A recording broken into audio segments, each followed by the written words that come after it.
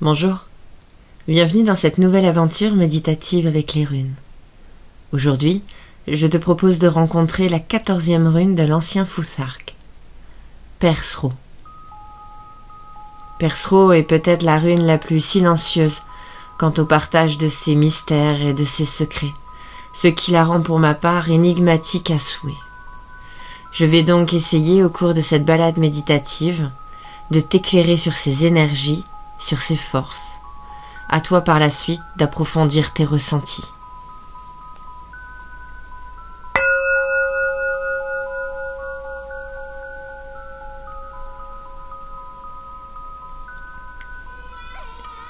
Assure-toi d'être bien installé dans une position confortable, assis ou allongé.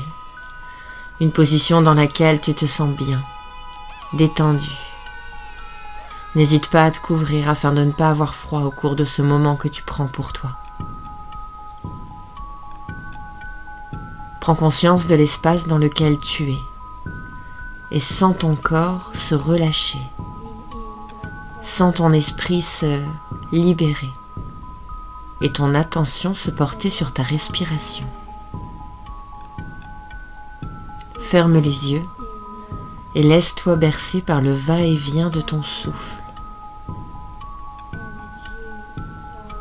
Respire de manière naturelle, ne force rien, juste observe. Sens ton ventre se soulever à l'inspire, puis redescendre à l'expire.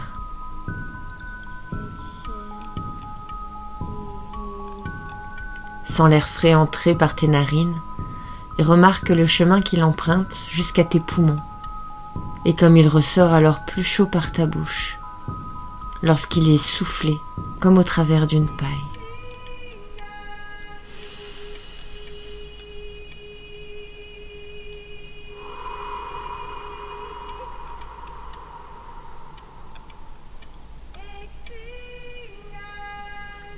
Ressens cette douce montée de chaleur au moment où ton souffle s'échappe de ton corps.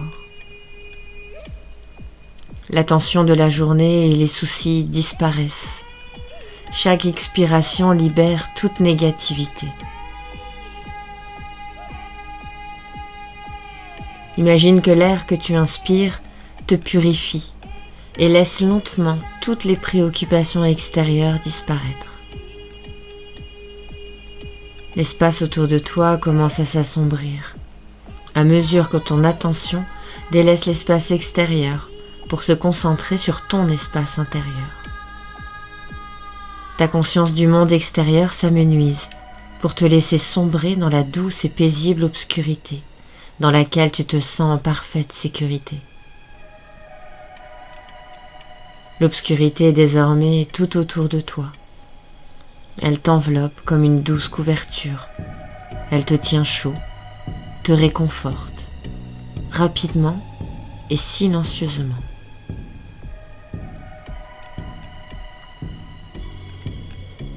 Tu es maintenant dans l'obscurité de Ginnungagap, le vide avant la création, le début de tout, la naissance des temps et de l'espace.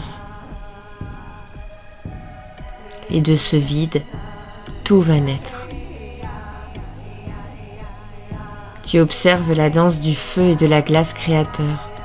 Leur ronde est si lointaine que tu peux à peine percevoir leur force et leur forme. Mais tu sais que désormais les mondes sont mis en mouvement. Si tu regardes bien, tu aperçois au centre de ce vide une toute petite lumière, une minuscule étincelle de vie. Et c'est à cet endroit précis que tu vas rencontrer Persro. C'est là que nous allons, dans une profonde inspiration, prononcer 3 fois son nom ensemble pour la faire naître.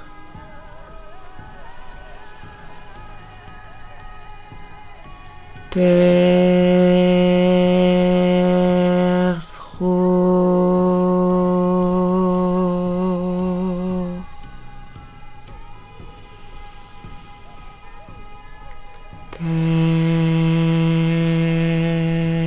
Persro.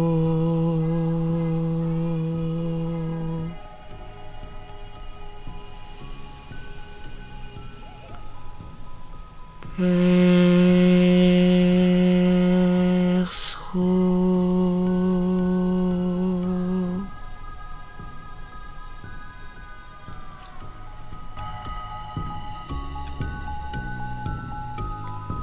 sort, c'est le festin et le jeu, le rire parmi les nobles guerriers assis au centre de la salle de bière, heureux ensemble. Persro est pour moi indubitablement liée à Frigg, la reine des dieux, déesse des unions fertiles, des femmes enceintes, des femmes et des enfants, détentrice des clés du foyer. Elle est la rune de l'accouchement, du renouveau, naissance et renaissance. Elle est également la liaison entre les temps, c'est-à-dire ce qui est advenu, ce qui est et ce qui arrivera. Elle représente la loi de cause à effet, le destin, l'évolution des actes, le changement. Elle permet de voir les choses de divers points de vue, selon les causes. C'est pourquoi je lui trouve un lien direct avec les 3 géantes qui, sous la protection d'Yggdrasil, gravent le destin de chaque enfant à naître pour déterminer quelle sera sa chance.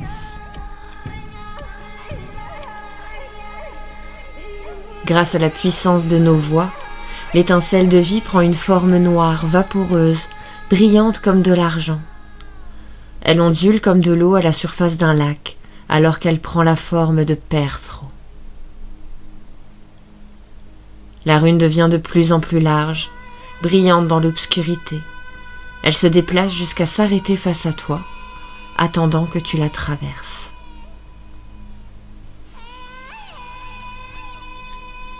Doucement, tu passes au travers de la rune et arrives dans le royaume de l'autre côté. Ici, la soirée est déjà bien avancée. Un chemin est caché sous l'épaisse forêt, empêchant de le voir, mais tu sais qu'il est là, car tu le connais comme les lignes de ta main. Chaque ronce menaçante est habilement enjambée, chaque trou de lapin évité avec facilité. L'atmosphère de la nuit t'entoure, au moment où tu croises la route d'un blaireau en passant devant les fleurs printanières qui se ferment pour la nuit. Au loin, tu entends de la musique et des rires. Au fond de toi, tu sais que les hommes sont déjà à la fête dans la grande salle. L'hiver rigoureux n'est plus qu'un souvenir éphémère, et rien ne présage une quelconque menace des clans voisins. Un long et bel été sous le signe de l'abondance semble plutôt probable. Tu quittes les bois pour rentrer chez toi. Tu déposes ton panier d'herbes fraîchement coupé près de ta hutte. Mais tu es agité ce soir.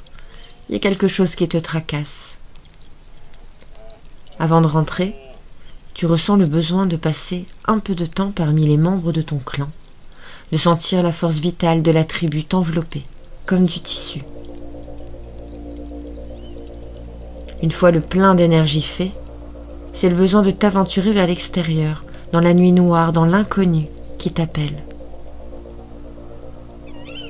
Sur le chemin, tu passes devant les habitations de tes voisins et échanges quelques mots avec eux. Comme toi, ils ont l'air de ressentir l'appel de la nuit. Vous savez tous que votre aventure de cette nuit doit être solitaire. Et ce pour chacun d'entre vous. Alors simplement, vous vous souriez. Vous vous laissez passer, chacun ayant sa propre destination. En faisant le tour de la grande halle, tu vois des lumières de torches vaciller à chacune des fenêtres. La lueur orange du feu t'attire en direction d'une porte juste fermée par un rideau de cuir. Tu regardes par l'une des fenêtres. 4 hommes y sont assis, à ce qui ressemble à une table de jeu. Chacun tient une chope d'argile près de ses lèvres, tout en observant attentivement les jetés de dés sur la table. Le gobelet passe de main en main, chaque homme testant sa chance contre les dés, alors qu'il roule et tombe sur la surface usée de la table. Quand ce n'est pas son tour, un homme peut plaisanter et commenter le succès ou railler l'échec de ses amis. Mais quand son tour arrive, Il se concentre sur l'intention.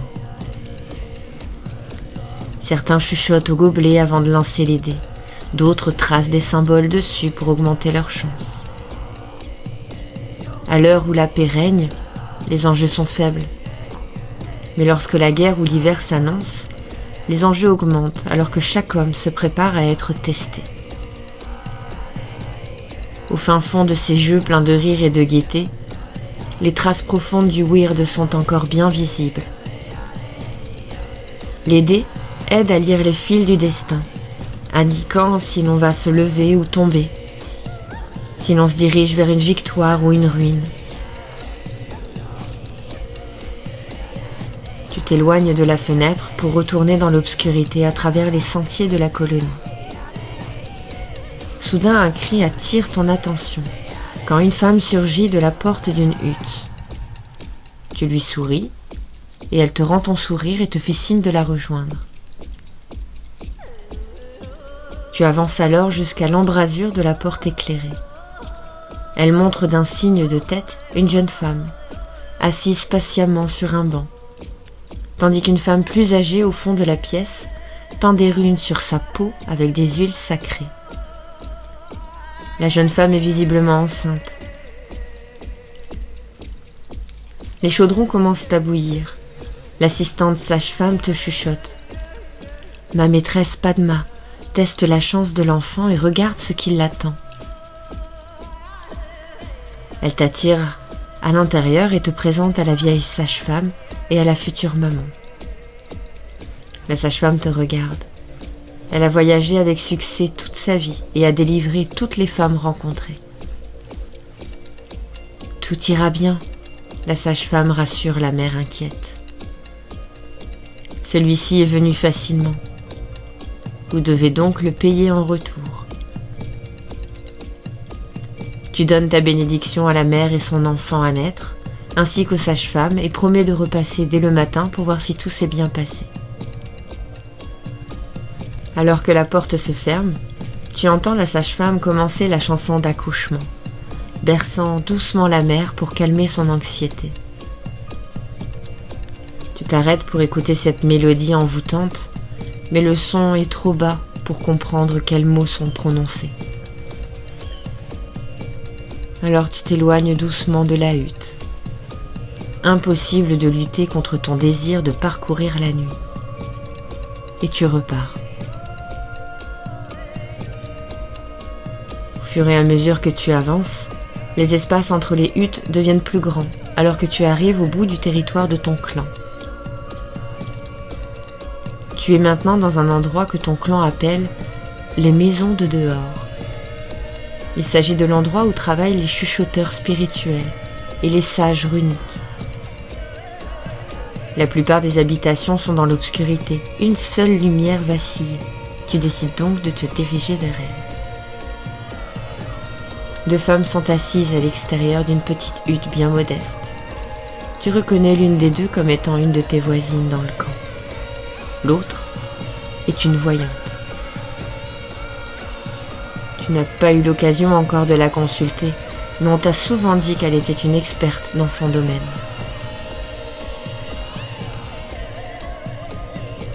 La voyante tient un bol d'eau sur ses genoux et l'incline doucement d'avant en arrière.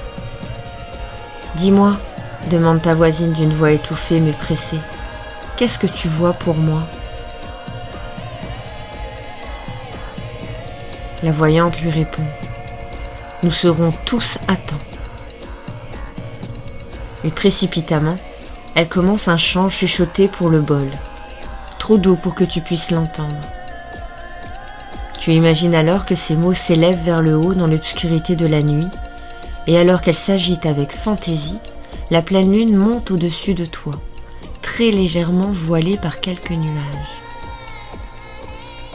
La voyante incline le bol jusqu'à ce que la lumière argentée de la lune tombe sur sa surface. « Oh !» dit-elle, « je vois clairement maintenant. » Ne souhaitant pas t'imposer, tu passes devant la hutte, en t'enfonçant encore plus loin dans l'obscurité. Tu marches quelques minutes en te réprimandant un peu d'être là alors que la lune se retire une fois de plus derrière un nuage dense. Tu sais que tu devrais retourner chez toi, mais rien à faire. Quelque chose te pousse à vouloir te fondre totalement dans cette obscurité, un peu plus encore. Tu marches avec confiance dans les ténèbres insondables, au-delà de la colonie. Une lumière vive brille soudainement autour de toi. Elle t'encercle, elle t'enveloppe. Tu es bien trop surpris pour avoir peur. La lumière ne te fait pas mal et tu n'as pas le sentiment d'être allé trop loin. Tu peux entendre devant toi le bruit de l'eau qui ruisselle. Une fois de plus, la lune glisse de derrière les nuages, mais étrangement, elle n'est plus pleine. Seul un croissant brillant éclaire la nuit. À sa lumière, tu distingues les eaux argentées d'une grande source et la pente douce du terrain qui descend jusqu'au bord de l'eau. Au-dessus de toi, tu peux entendre le bruissement des feuilles, et c'est en levant les yeux que tu découvres la silhouette de l'arbre le plus puissant que tu aies jamais vu. Son ombre se mélange à la lumière des étoiles, s'étendant bien au-dessus de toi, comme si sa canopée était le ciel lui-même. Tu te souviens que l'on raconte que certains des habitants du dehors lisent l'avenir dans les étoiles, et ton esprit se rappelle d'une vieille histoire qui explique que toutes les étoiles forment la canopée du grand arbre du monde, Yggdrasil. Ce n'est pas une histoire, retentit la voix d'une femme dans l'obscurité. La voix t'est totalement étrangère, belle et puissante, différente de toutes celles que tu as pu entendre jusque-là. Dans l'ombre, tu vois la silhouette d'une femme se rapprocher. Elle est vêtue d'une longue cape à capuche noire.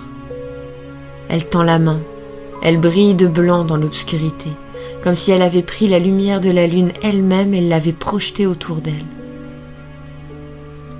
Les rives de la grande source sont illuminées de reflets argentés. C'est absolument magnifique. Deux autres personnes sont présentes, toutes deux vêtues comme la première, l'une assise près de la source et la seconde debout près de la racine du grand arbre.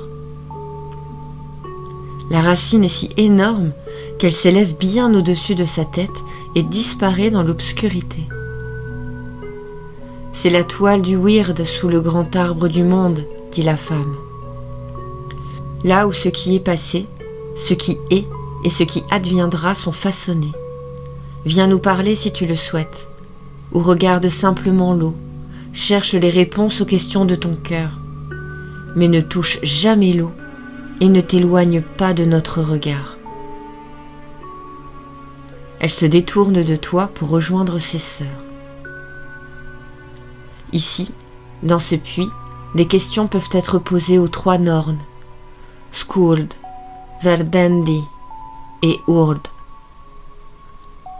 Elles choisissent de répondre à certaines et à d'autres non. Demande judicieusement et avec beaucoup de sagesse. Peut-être obtiendras-tu ce que tu es venu chercher.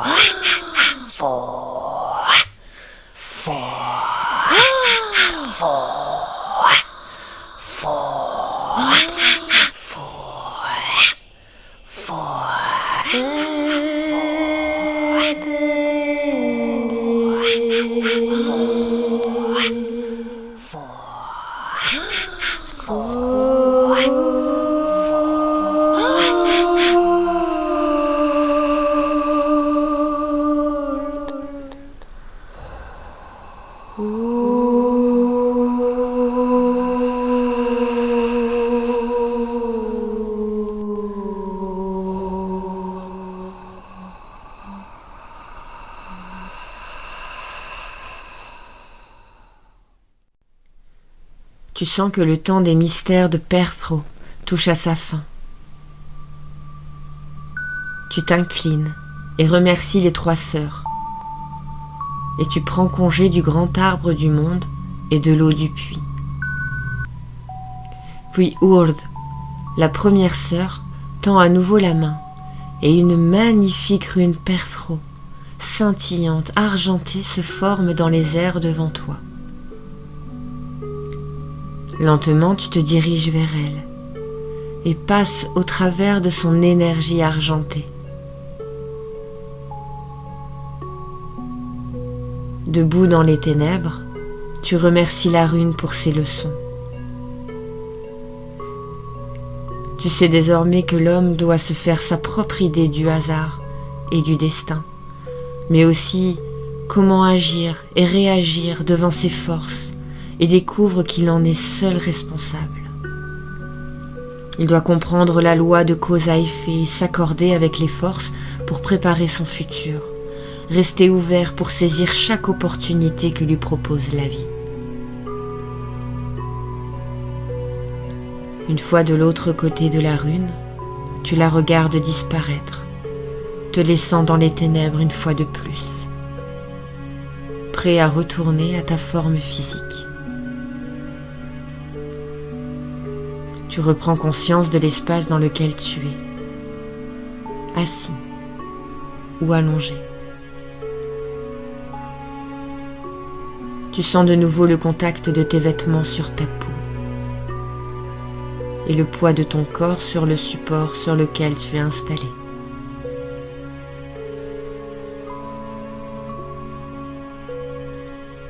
Dirige maintenant toute ton attention sur ta respiration et ta présence physique.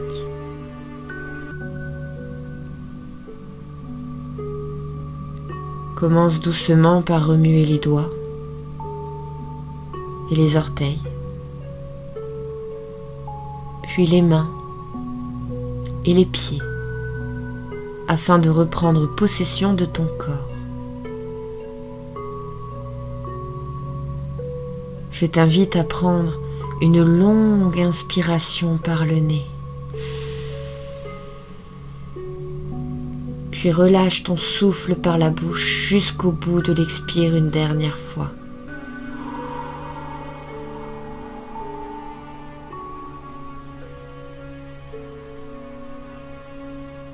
Prends tout le temps qu'il te faut. Et quand tu es prêt, ouvre les yeux.